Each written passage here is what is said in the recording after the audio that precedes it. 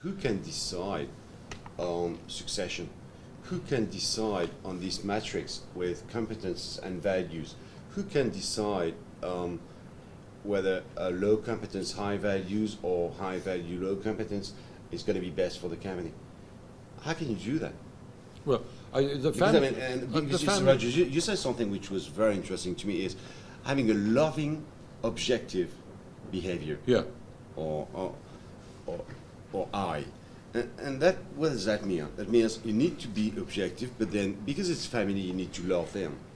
But you were an in-laws, so that was a part of it was outside. Yeah. So how can Leonard can do, for example? Well, there are mechanisms, aren't there? The Family Shareholder Council, if you set them up, actually is the repository of the values of the business because it's the owners.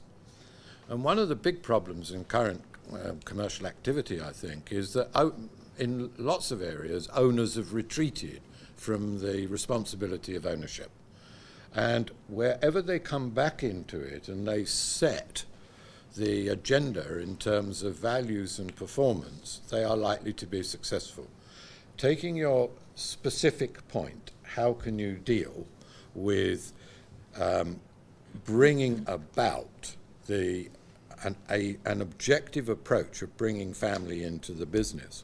What is wrong with nominated members from the Family Shareholder Council, nominated members from the board, acting as a nominating committee, acting on the values that the Shareholder Council has determined as to whether people are suitable or not for the company, and that the way in which they are inducted to the company, the rules of induction, are properly carried through. I did not determine my successor at all.